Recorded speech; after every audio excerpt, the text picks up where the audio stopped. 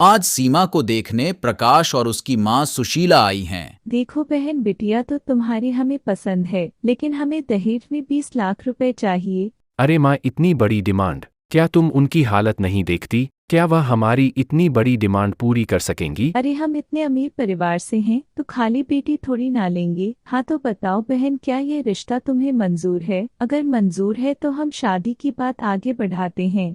हाँ बहन, हमें तुम्हारी सारी शर्तें मंजूर है। बस तुम हमारी बेटी को प्यार से रखना, क्योंकि मैं इसे और गरीबी में नहीं देख सकती। और फिर सीमा का रिश्ता पक्का हो जाता है। तो सीमा अपनी माँ से बोलती है, माँ, कहाँ से लाओगे इतने पैसे?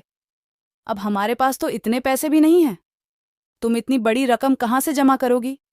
सावित्री उस टाइम कुछ नहीं बोल पाती और फिर बाद में सोचती है, अब मैं इतनी बड़ी रकम कहाँ से जमा करूंगी? मेरे पास तो इतने पैसे भी नहीं है, मगर अपनी बेटी के लिए कुछ ना कुछ तो करना ही होगा।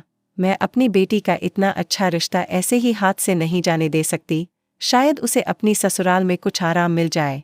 इतना सोचकर परेशान सावित्री सेठ के घर जा पहुंचती है और अपना घर सेठ को गिरवी रख देती है, और जो पैसे मिलते हैं उनसे वह अपनी बेटी की शादी करना चाहती है।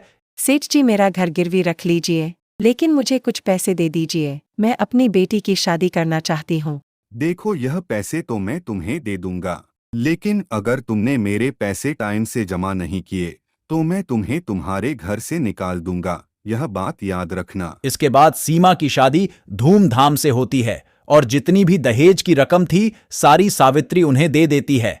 मेरी बेटी अब आपकी हुई। अब आप इसे बहुत प्यार से और हमेशा खुश रखना। अब तुम्हें टेंशन लेने की कोई जरूरत नहीं है। अब यह हमारे घर की बहू है। अब हम इसे प्यार से रखेंगे। शादी के बाद जब सीमा घर आती है तो उसकी माँ बोलती है, अरे मेरी बेटी आ गई। मैंने तुझे बहुत याद किया। तेरी बहुत याद आ रही थी। अच्छा हुआ तो आ गई। मैं तुमसे मिलने नहीं आई हूँ। मैं तुम्हें यह बताने आई हूँ कि मैं अब इस घर में नहीं आऊंगी। अब मुझे यहाँ पर घुटन होने लगी है, इसलिए मैं यहाँ से जा रही हूँ। इतना बोलकर सीमा अपनी ससुराल चली जाती है और इधर सेठ आ जाता है और सावित्री को घर से निकाल देता है। सावित्री, तुमने टाइम से पैसे जमा नहीं किए, इसलिए मैं तुम्हें इस घर से निकालने आया हूँ। अपना सामान उठाओ और निकल जाओ यहाँ से। इतना सुनकर सावित्री फूट फूट कर रोने लगती है और मन ही मन सोचने लगती है, क्या मैंने इसीलिए सीमा को इतना बड़ा किया और उसकी शादी की कि वह किसी दिन मुझे ऐसे छोड़कर चली जाएगी। यह सोचते सोचते वह जंगल की ओर चली जाती है और जंगल में ही रहने लगती है। दूसरी तरफ सीमा अपनी सहेलियों के साथ खूब ऐश कर रही थी और पार्टी शार्टी कर रही थी। उसे अपनी माँ की कोई भी फिक्र नहीं थी।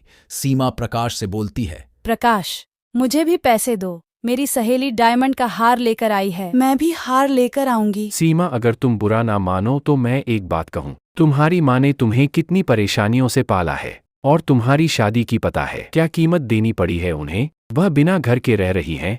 उन्होंने तुम्हारी शादी पर घर गिरवी रख दिया था और अब उन्हें सेठ ने निकाल दिया है और वह अब जंगल में रह रही है। क्या तुम्हें अपनी गलती का एहसास भी है? प्रकाश की बात सुनकर सीमा को अपनी गलती का एहसास हो जाता है और वह फूट फूट कर रोने लगती है। मैंने अपनी माँ के साथ कितना बुरा किया। चलो प्रकाश, मेरी माँ को ढूंढने चलते हैं। फिर दोनों ढूंढते ढूंढते सावित्री के पास पहुंच जाते हैं। माँ, मुझे माफ कर दो। माँ, मैंने तुम्हारे साथ बहुत गलत किया। मैं पैसों के लालच में अंधी हो गई थी। पैसों की वजह से कभी भी अपने माँ बाप को नहीं भूलना चाहिए, क्योंकि पैसे तो फिर भी मिल जाएंगे लेकिन माँ बाप नहीं।